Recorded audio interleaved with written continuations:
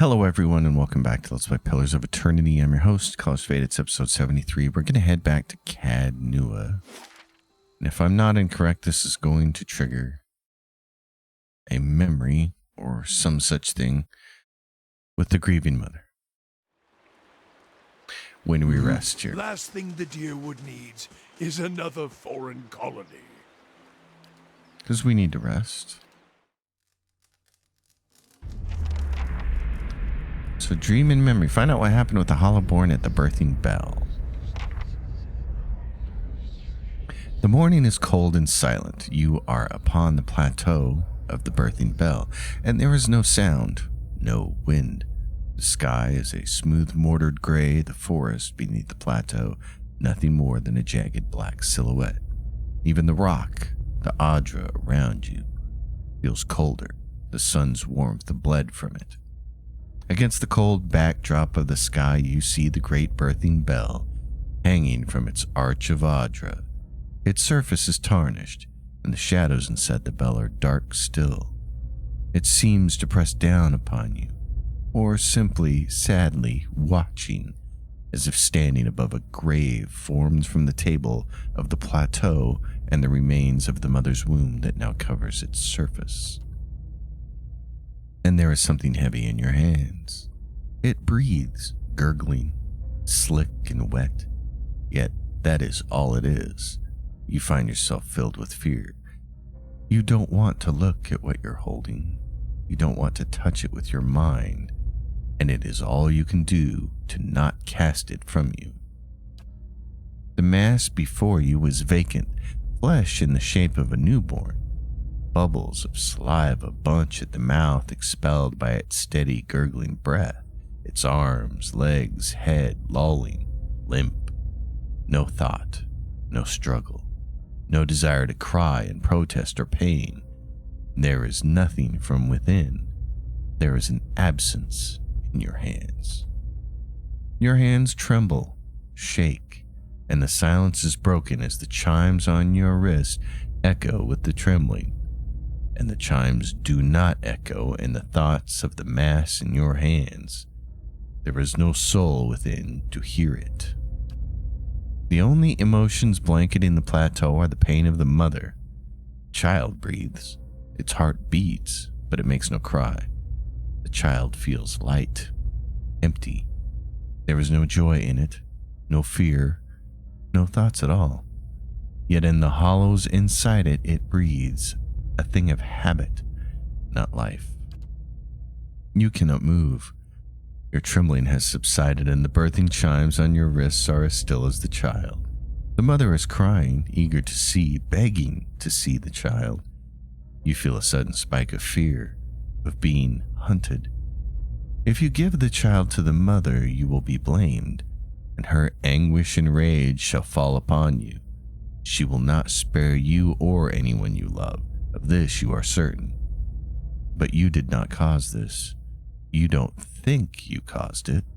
And the mother begs, her arms outstretched. The chimes sound once more as you give the child to its mother.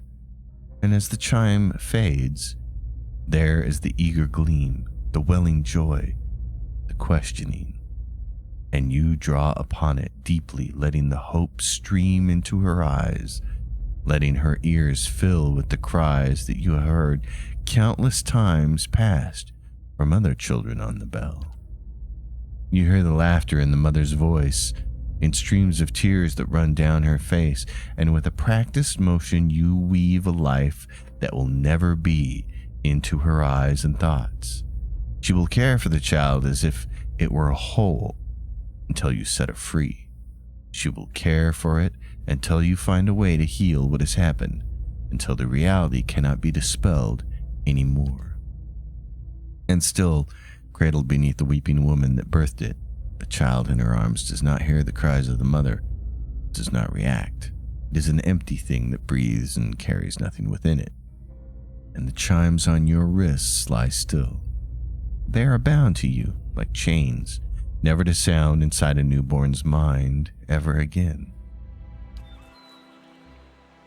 Your mind comes bearing questions, Watcher. I saw a hollow born at the birthing bell.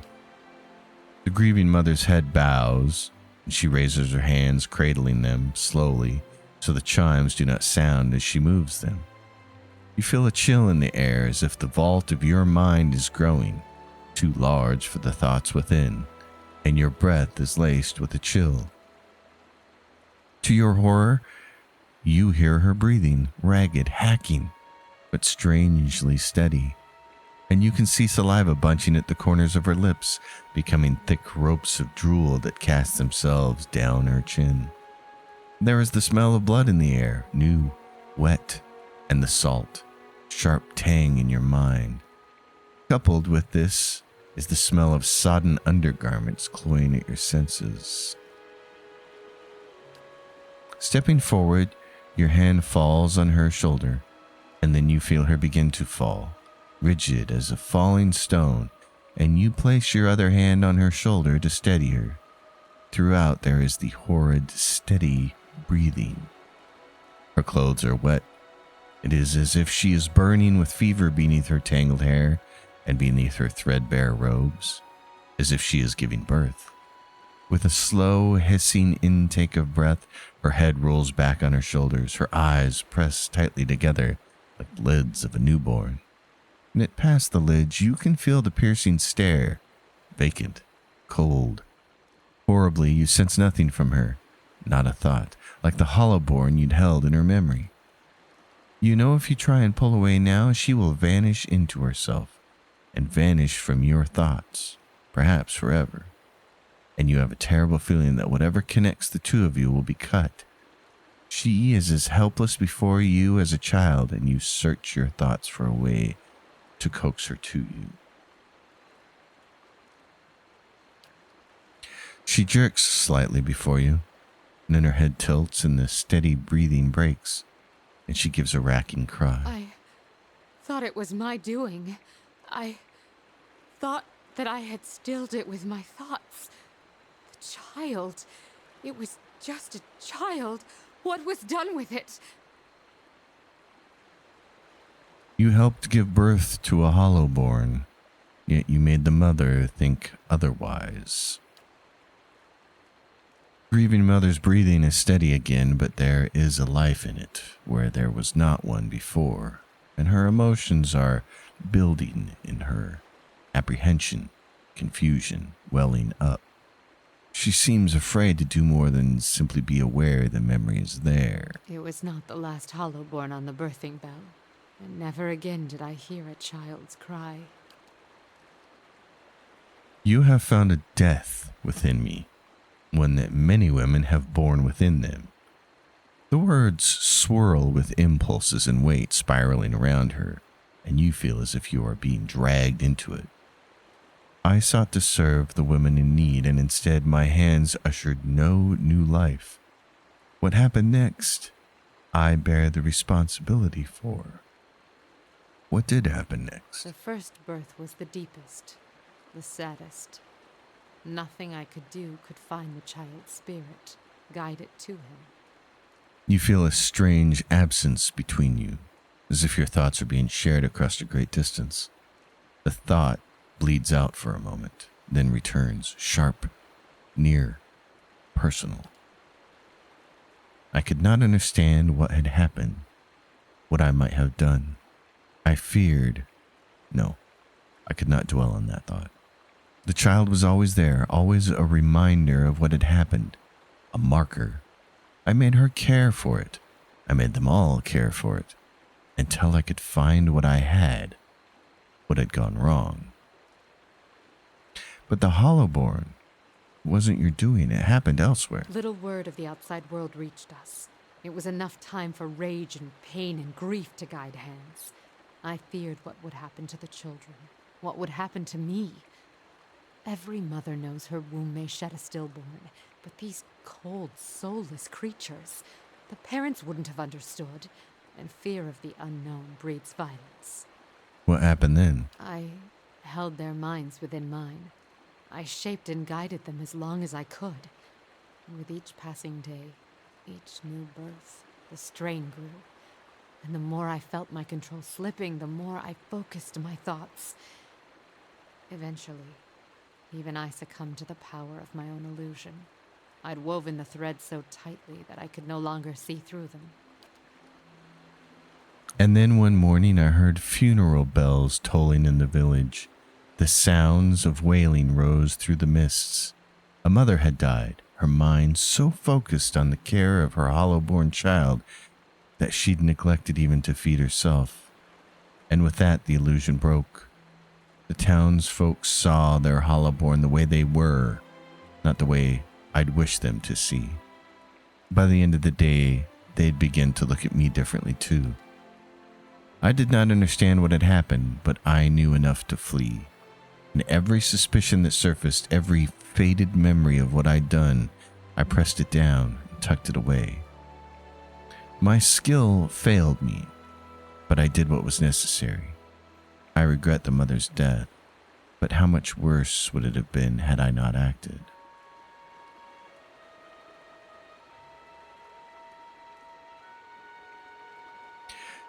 There were other ways.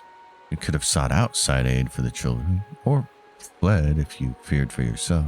The choices you speak of are not always clear in crisis. Not in that heartbeat when the first mother begged for her child and I had to decide what I would give her. How could I have known where that path would lead, or that there were others seeking the same answers? And even so, that hesitation would have cost a young life.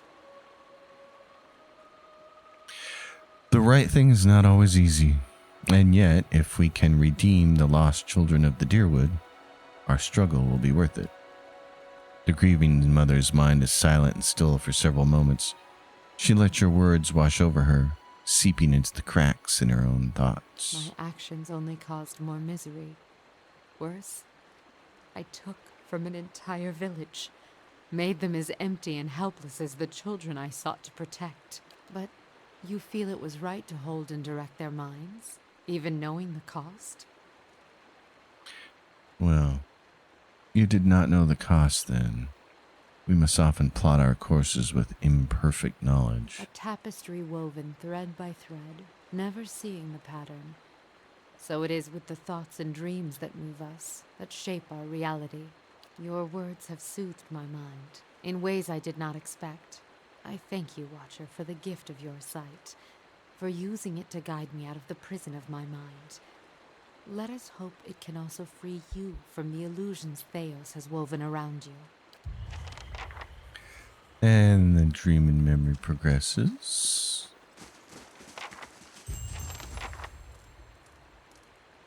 Alrighty, the quest is completed for her. Well, let's go take a look at the rest of what's going on over here then. It might be time to put the Devil of Karok in the party, although I gotta tell you, it's been a lot of fun playing with two ciphers. What's going on here? We have Berolt. Okay, let's go see about Berolt.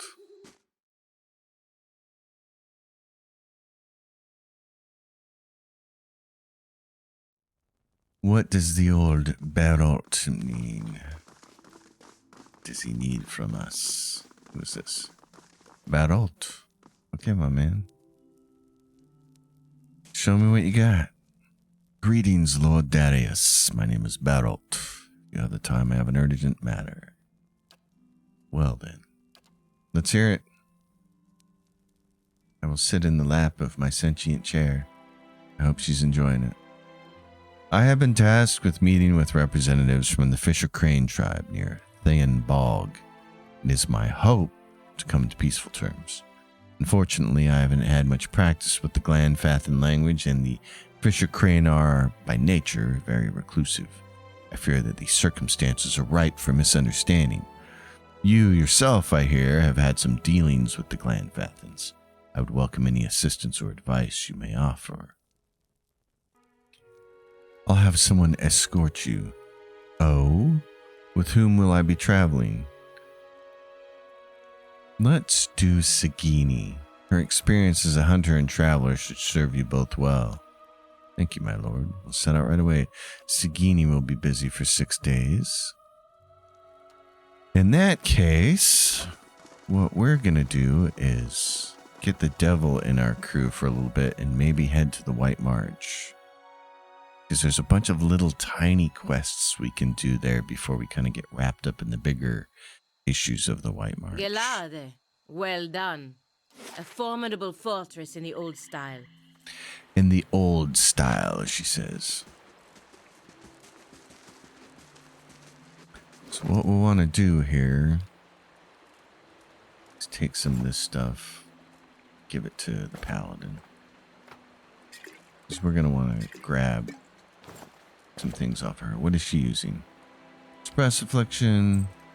We have an extra one of those rings. Crit damage taken, we have one of those belts. Melee damage. Okay. What's this? Cipher. She won't be able to use it. Intellect won't matter for her. We have plenty of other things there. The ring of deflection I won't worry about. Boots of speed might be good though. And then I want this rapier. She's got this bow. We have a bunch of other bows. We'll figure. We have bows and pistols, so I'm not worried about that. So we'll get the Devil of Kadok in the group and get her set up. Because I've never really used her before, and I want to. In the place of your strength. Actually, we also need to do her. She's a fighter. Okay, here's what we'll do. Let's do this. Paladin. I'm going to leave you set up exactly the way you are. I'm going to take all these tools here.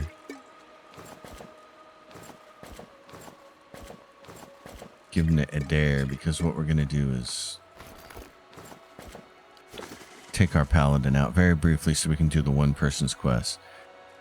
Very briefly, you're coming out. We're going to grab her and her. And we're going to go to the White March, and we're going to go to Stalwart Village. The party is considered high level for the content. No, I don't care. Standard. That's the whole point of getting levels. For things to be slightly easier. I don't need you to scale anything for me, please. I hate scaling. It's the worst. Okay. I've got folks to level up, and the Devil of Karak has a conversation. Village was a touch livelier when I saw it last. Ain't saying much, though. What do you remember about Stalwart? Bitter cold and a persistent odor of fish. And that were just the people. Why did you want to come back anyway? Anything's better than Galvino's workshop. You ain't heard the old buzzard sing.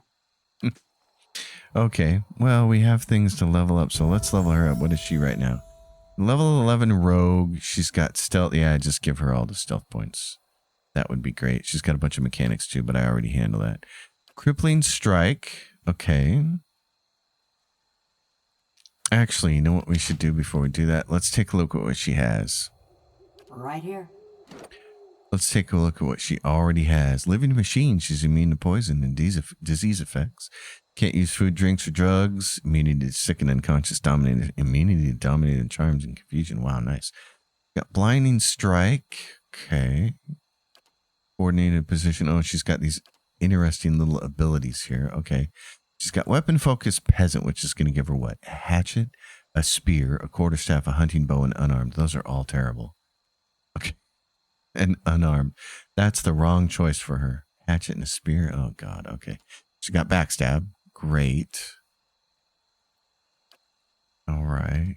Deflecting assault modifies reckless assault. Oh, well, let me see what that is again. Modifies reckless assault plus 5 deflection effects. -8 deflection, +8 to melee accuracy, +20 melee damages. Okay. Devastating blow. Full attack. Accuracy versus deflection, +5 accuracy, +50% damage. Okay, devastating blow is really nice. And shadowing beyond. Allows the character to temporarily turn invisible. Okay. All right, then. Well, what we have for weapons here. All right, I've loaded her up with gear. The only thing I don't really have for her is a better piece of armor. I haven't looked through it all. This is the Saints War Armor. Grants second chance on unconscious. +3 damage reduction to pierce. This is +1 move speed, +10 deflection against range attacks. This is +3 damage reduction, 10% of incoming crits converted, +2 damage reduction. I kind of like that. This is recovery speed plus 2 stealth, plus 15 defense when disengaging. Oh, that's more like her kind of thing. Okay. This is big, heavy armor. Pelagina's breastplate. We may be giving that to Mahea. Meha. What is her name? Maneha. Okay. Right now she's got this. It's damage resistance 7, plus 1 move speed. It's not great. Kind of want to take that off her because she's going to have to play the role of a frontline fighter. So see if we can get her a little more damage reduction out of that. This is DR9. Yeah. So for her, she's going to go over DR8 with a recovery speed of minus 40 to DR7 with recovery speed of minus 25 and plus 1 move, or plus 2 stealth. Might rather have her with the plus 1 move. Oh, she cannot be unequipped. Okay. Well, that's interesting. We gave her gloves for attack speed. We gave her this headpiece, which is nicks her accuracy, but it gives her damage to flank targets. She's got a friendly aura, plus 1 stealth, damage against spirits, willpower, the cord, which grants her wood skin if she's critically hit. She's got suppress affliction for a pinch and boots of move speed. So that's her, and I don't think she has any. She doesn't have anything here that's a stacking problem. So for her, okay, let's see. Yeah. All right, let's roll with that. Her damage reduction is 10, 13, 13, and 16 with that. What's it with this? 14 with slashing. Yeah. She's actually got better damage reduction with that one. And it's got the benefit of converting crits to hits. Okay. I like that. Doink. Doink. Doink. For these boots. Reflex. Okay. What is this? Boots of move speed. Okay. Yeah, because she doesn't have anything else that affects move speed. All right. In that case, let's level them up. So we want to get, let's give her stealth. She gets this crippling strike, 2 per encounter. She gets escape, allows the rogue to break engagement and exploit avoid the next attack, driving out of range. That's a nice one to have. Dirty fighting, 10% of hits converted to crits. Riposte. What's this do? The rogue looks for incoming melee attacks that target deflection, and miss or graze have a chance of allowing an instant full attack riposte, only active with melee weapons equipped. Adept evasion, 75% incoming grazes converted to misses, and 50% of incoming hits converted to grazes. Ooh, I like that. Deep wounds. Expertise in the art of pain leads all slash, pierce, and crush damage caused by the rogue to also do raw damage over time. Oh, so for 3 seconds, she's going to do 3 more raw damage. Okay. For 11 seconds. Oh, wow. Death blows. Making sneak attack more effective when the target is afflicted by 2 or more conditions that allow a sneak attack. Okay. That's interesting. Persistent distraction. Target is also distracted. Smoke cloud, fearsome strike. I'd like to have either... I like deep wounds. Adept evasion for sure, and riposte would be great. I really don't want her to have to take incoming damage at all. So I'd kind of like to have, yeah, let's try to keep her out of trouble. We're going to go with hits converted to crit and hope she isn't getting attacked by anything. We're really going to try to move her around and not have that happen. So then she gets another level. We can give her stealth on that. Or we can do, yeah, give her master mechanics, I guess. Vicious fighting. Modifies dirty fighting 10% of hits converted to crits. That would be nice. But what I really want is what's going to give her stilettos. Here we go. Saber, stiletto, club, pistol, and blunderbuss. I want that because she's going to be wielding stilettos. All right. I want that. She's got this spiky mace. And she's the only person who can really bind soul for this thing. So occasionally we'll use that. But mostly she's going to be using these 2 things. So there's 90 and 79 with those. 92 and 87 with those. These got some nice things. They deal additional damage against prone, stun, and flanked enemies. And then this one is going to restore damage as endurance. So That should be fun. Now for Maneha. Level up the old barbarian. Okay, let's round her survival so she can keep damage reduction too. Give her apprentice sneak attacks. Everybody needs that. I'm going to put her in the front like that. All right. Let's see how this works. Oh, what do we have here? While we wait, the enemy grows stronger. And you'd send more of us to die. Well, I'm not gonna stand around. Are you? You've done plenty, Darian. You approach the source of the commotion and see a throng of villagers. They're arguing amongst themselves and hurling questions and demands at a lone figure perched above them. A young man stands on a spur of rock, his clenched fist held aloft. Steam rises from his wild hair and flushed face as he shouts to the gathering. Been a week since our people left these gates. A week since the Iron Flail took them. Yet we wait here behind our sturdy new walls, hiding in our rebuilt homes. We've done nothing. He brings his fist into his palm with a sharp smack. Crowd erupts, bristling with pointed fingers and pointed words. One woman steps forward, her eyes lock on the young Who are man. you to tell us how to defend our own? You ain't been here 2 months. Several of the others grunt and hoot. You feel a shift in the crowd like a changing tide. Hey, an angry mob. See? We're not so far from home. And since I got here, I've been working alongside the rest of you. Don't start with that again. A handful of others nod along with him, but they cringe and flinch as another villager joins the fray, shaking his finger at the young orator. Well, it was your idea to send our people to that damned fort in the first place. If it weren't for you and the other leeches that come up with you, we wouldn't be in this mess. The new accuser raises a chorus of furious cries. Darian raises his hand for the calm, but the crowd's wrath is snowballing. Stop, everyone. A dozen heads turn in your direction. The villagers recognize you and their eyes widen with hope and reverence. What's this about? Relax. I'm here to help. Then you know about the Iron Flail. You'll stop them? Showed up a few weeks after you opened the battery. Demanded we give him the White Forge. He avoids your gaze, scraping his boot against a rock. They're led by a Darek Sendamir. Comes from an old Raid Saren family. The rumor has it the man's half mad with visions. Claims one drove him here to take the White Forge. They're not the only bloodsuckers around here.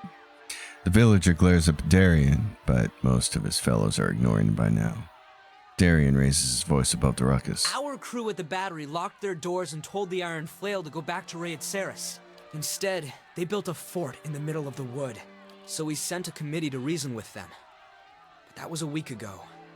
We haven't seen our people since. That can only mean one thing. Yeah, well, he's right. You've got to defend what's yours. We're just miners and fisher folk. Send Darian and the rest of the newcomers. Let them earn their keep. We've cleared your roads and repaired this town. What more do we have to prove? Maybe we could nudge them into torching their own village. Please, everyone, whatever our difference is, we've got to deal with the army at our gates. You've done a lot for Stalwart already. Many of us wouldn't even be here if it wasn't for you. He breaks off, looking as if he'd like to stuff his words back into his mouth. After an uneasy pause, he swallows and continues. What I mean is, if anyone could deal with an army, it's you. He's got that right. Very well. I'll help The you. Iron Flail cleared a patch of forest north of Durgan's battery, built their fort there.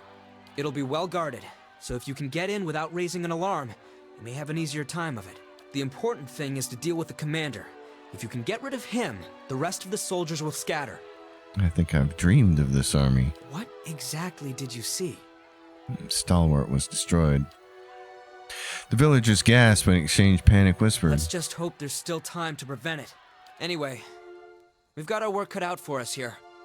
While you're out, stop by the battery. Wangra and her team are still repairing the heavy cannons, but they've made a lot of progress elsewhere. Thought you might like to see how far it's come. Okay. Haven't been here long, but I'll tell you what I can. Well then, we know the score. What's our boy over here got? You doing? Yeah, would you happen to possess an old helm? Or a horn that looks like it's supposed to be attached to a helm? Durin opens a compartment in his wagon and pulls out a cracked horn partially wrapped in cloth. One of the villagers sold me this during a previous visit. He said it came from some rare lake creature and was quite valuable. It's been dismissed as junk whenever I've tried to resell it, unless you know otherwise. Yes, it's part of an artifact I'm trying to recover. Ah, so not another bad investment on our part then. 600 pans is my price? Done deal. You deserve something for that. Avowed. As it has twice before, your vision blurs and fades to black. When it returns, you find yourself on your knees, a shattered sword in your hand and a broken, battered helm in front of you. Your helm. You can feel blood pouring down one side of your face, and you know for certain that you will never see out of your left eye again. Arrayed around you in a circle are the other warriors, some from your tribe, the rest from an enemy tribe. They watch the combat in silence. You're going to die, old man. Your opponent is brash, but young and strong. You still think single combat was a good idea? You do. Last winter's famine took a heavy toll on your tribe, and your warriors were in no shape to fend off an all-out attack from its enemies. Single combat was your tribe's only hope, but not if you lose. Once again, the world stops. The memories trail, awaiting your guidance. Pretend to pass out. You keel over, surreptitiously grabbing one of the broken horns of your helm as you do. You lie there, eyes closed, listening for your opponent's approach, trusting in his arrogance to come within striking distance. Pathetic. You hear the crunch of the other warrior's feet near your head, and in a flash you strike, driving the horn upwards into your foe's unarmored groin. He howls in agony, but you keep striking again and again until he's silent. The enemy warriors snarl and shout when they see their champion fall, but soon leave your village peacefully, bound by the combat's results. Yes, it's all coming back. My sister, my reign, the end. Oh! Avowed looks at his own spectral form with a sad surprise in his eyes, watching it begin to fade. But I've only just seen it. There's been so little time to know what to make of it all. Farewell, Avowed. He sighs. The wheel has no patience, it seems. I entrust my helm to your care. Well, there it goes. Farewell, my friend. You get the helm. And it's this thing. Plus 3 might, plus 50 defense while stunned, plus 50 defense while prone.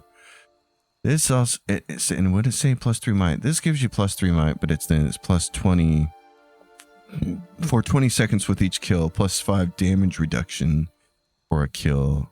Defense when helm. Yeah, this is the better helm. But this one, that's a pretty good one for you. Athletic dexterity and dexterity and immune to stuck. You can have that. Mineha can have this one. And we will move on. That's nice. We get the helm. Sweetness. Taxes collected. Some lost to bandits. The Earl collected 35. How much was that? The morning circle added. The quest expires in 3 days. We lost 496 to bandits. The Earl collected 35 and we earned 199. We need more security. We need more security. Can we get more security in here, please? A Glanfath and Soul Hunter. Mercenary Captain. Who do we have here that... This guy grants us plus 3. Oh yeah, but he's our guest. We're keeping him. Do we have another plus 2 anywhere? This guy. An Orderless Disciple and a Ralatui Linebreaker. You're hired. I need to dismiss the guys like this, the Vagabond Scald. Dismiss him. I want the security. I don't need the prestige. Vanguard Soldier? No. Warden of the Wilds. Hired. Let's do it this way. Skirmish Archer. Dismiss. Give me the Orderless Disciple. I want to see what happens if I get it up over 50. Can I get it up over 50? I need one more person to come by who's worth 4 points. That's not going to be possible, is it? Because I got a +3 and a +3 and a +2 and a +2 and a +2 and a +2 and a +2. Man, we're never gonna get it that far. Oh well, we'll try. Maybe somebody lucky will come along. All right. So back to town. I do remember using a rogue. I have used the Devil of Karok Where have you got to this time? in a previous playthrough, but not a lot, I don't think. I think what it was is in Pillars of Eternity 2, you can multi-class. And I think I multi-classed my Cipher with a rogue and a bunch of other classes with rogue as well because it was really powerful. What's this person doing? This woman looks at you like she's used to hearing bad news. She shakes her head and holds up her hands before you can even begin. Look, you can tell Hammond that I ain't seen Milla all day, and besides, gotta keep a better eye on his shop if you don't want little uns poking around. Milla, I think you've mistaken me for someone else. Oh, I didn't recognize you. You're the one who opened up the battery, aren't you? Royce looks both embarrassed and nervous as she stumbles over her words. It's just that my daughter, Milla, she spends time over at Hammond's tent, gets underfoot. She shrugs, exhausted and exasperated. Figured he'd sent someone over to complain about her again. But you ain't hear about her, huh? You don't know where your child is? She backs away like she's been slapped. I didn't say that.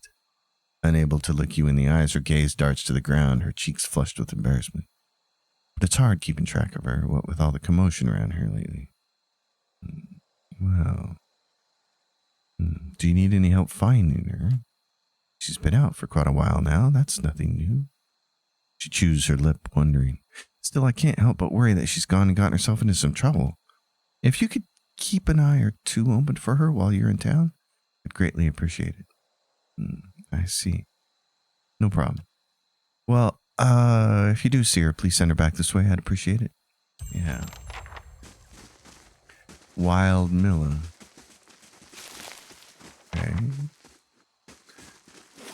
Stalwart. We've got the Stalwart Hot Springs, the Temple of Abidan, Zauha, who we're not going to worry about, the fishery, Hammond's Emporium. Does he have anything cool over here?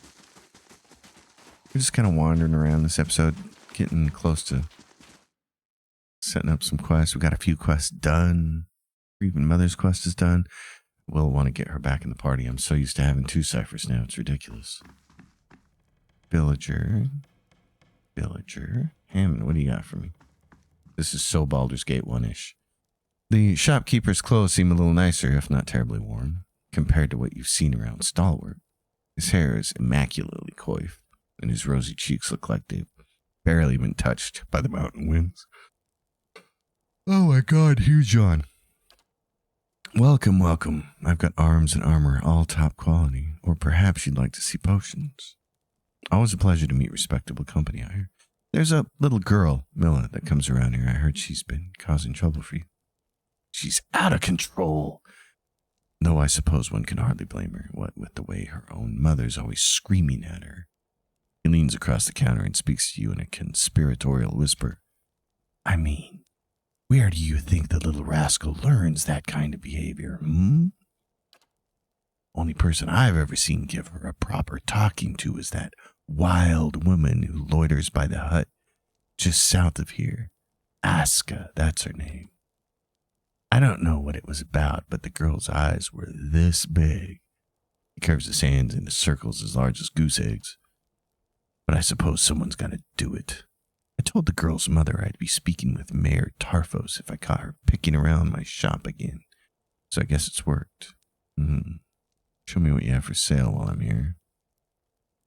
The Twin Sting. It's a soul-bound crossbow. Great for the Rogue Ranger Cipher. Oh, very nice. Soul-bound. Oh, man. Okay, buddy. I'll buy that for $1.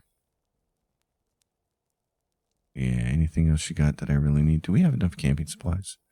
Can we get any more camping supplies? How many do we have?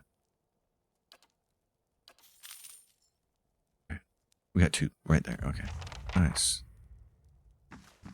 Wild Milla. I want to try to do my Maneja's quest because I don't particularly want her in my party for the duration. I want my paladin back. So her quest is down here.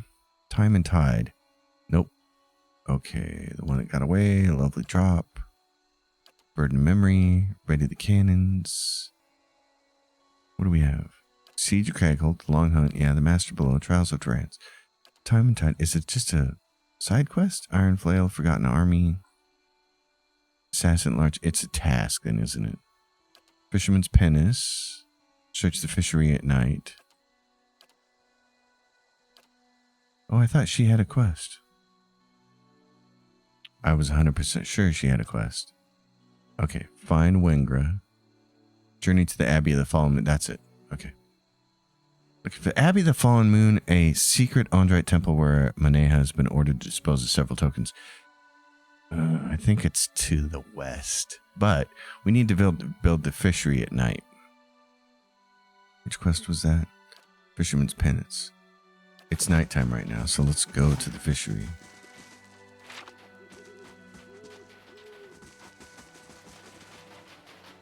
The Devil of Kadok has something to say.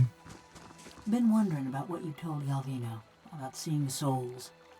All that Watcher business true? Yep. Mayhap I'm looking for someone. Woodcutter by the name of Harmka. This doesn't have anything to do with Cold Morn, does it? It sure does. He was one of them. The mob that destroyed Cold Morn. I tracked him to Stalwart years ago, but got caught before I could finish my business. It's been 13 years and you're still after him. We all gotta have something that gets us out of bed in the morning. That's true. This man, Harmka. I saw him outside my house the night it burned, staring into the flames the way I seen you stare into souls. I knew it were a fool's errand trying to hunt down every man and woman that carried a torch into Cold Morn. But if I knew I got the one responsible for my kin and my hearth, I could rest easy. How can you be so sure about this Harmka fella? Took a good long look that night. Ours was a little place with a yellow door right on the edge of town. He was there. Besides, I asked around when I first got to Stalwart. Townsfolk said that all the woodcutters in town took part in the purge. Point of pride for them. What does this have to do with me? I told you he was part of the mob. I spotted him watching my house when it burned. But when we find him, I want to know if he's the one responsible for my home, my parents, and my brothers and sister. I never thought I'd have the chance to know for sure. But you could look into his soul and find out. You being a watcher and all. Finding out might be getting your hopes up, Adair says. How would you feel about a solid hunch instead? I'll do what I can. Mighty fine of you. Mighty fine indeed. Don't know where he dallies these days, but someone in Stalwart could tell us. People from little villages, they always know. I love her character art too. Okay, well,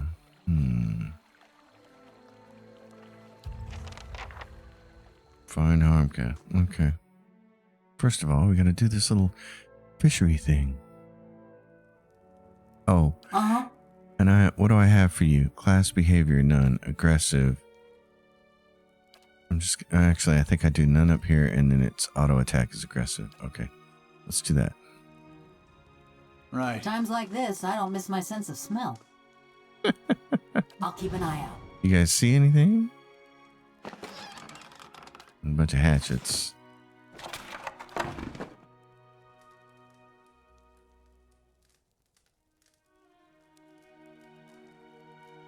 What else we got in here?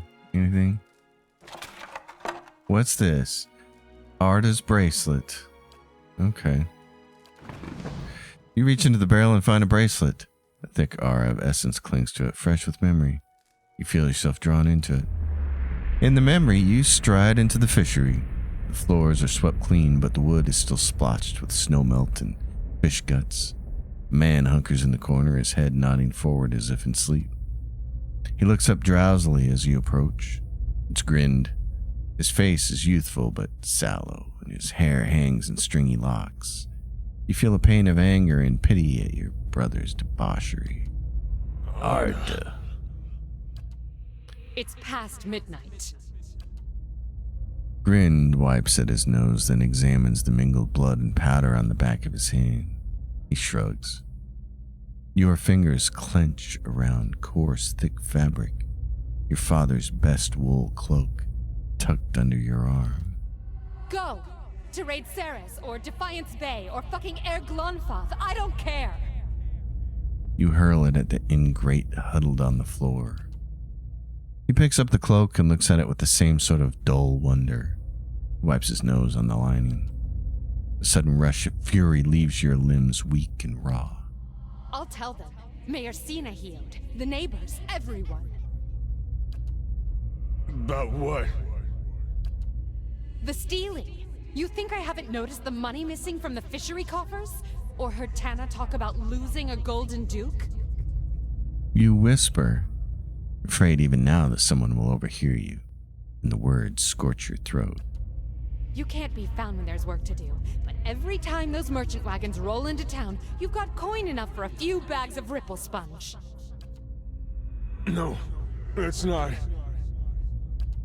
Stalwart tolerates your sponge habit, but they won't abide your thieving. You touch your bracelet, a gift from Mother, plucking at the beads. You won't. I will. I wouldn't have shamed Mother and Father while they was living, but I won't let this keep up. Your anger swallows the last of your pity. Anger at him for putting you in this position, for doubting your resolve, for failing to see. You're close enough to smell his stale, sour breath when he pushes you. You fall, watching his widening eyes in the ceiling spinning in your vision. Isn't this just like him, Grande? With his fool tantrums, never thinking of anybody but himself, and now you're going to be nursing a headache for a week.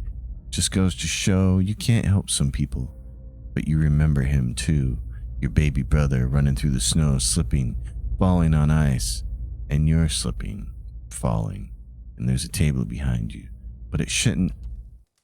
The memory ends abruptly, jolting you back into the present with your heart hammering and your palms sweating.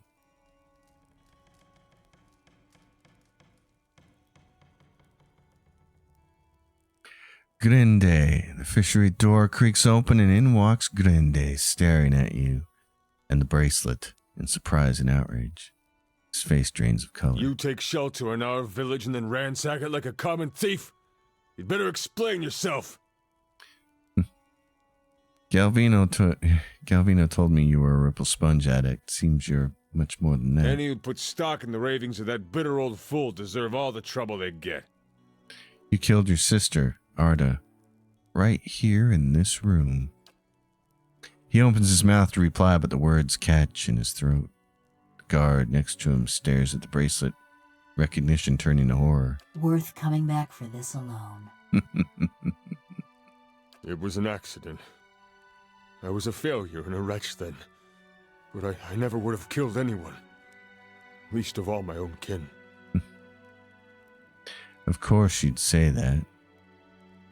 Anyone in your position would. I gave her body to the lake. But I kept her bracelet. To remember the cost of my own weakness. He loosens his hands and stares at the emptiness in his leathery palms. I ain't asking for forgiveness. I know I don't deserve any. My penance is my work on behalf of the village. And they need it, truly. You've seen the shape this place is in. Have mercy on Stalwart, if not on me. Let me do the work Arda would have done. That's my debt to Stalwart, and the only fitting way to honor my sister. Very well. Take the bracelet. He snatches it out of the air and looks at it in wonder and sorrow. Finally, he tucks it into his pocket. Thank you. Stalwart may not know what you've done for them tonight, but they'll hear of your honor.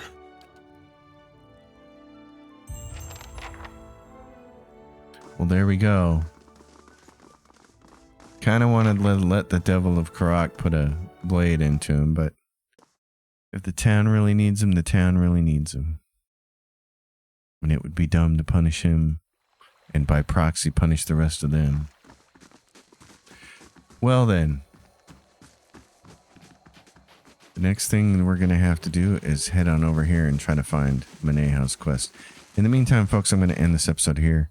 As usual, if you guys dig it, give it a thumbs up, subscribe to the channel, leave your questions and comments down below. I'll see you next time, and until then, happy gaming, everyone.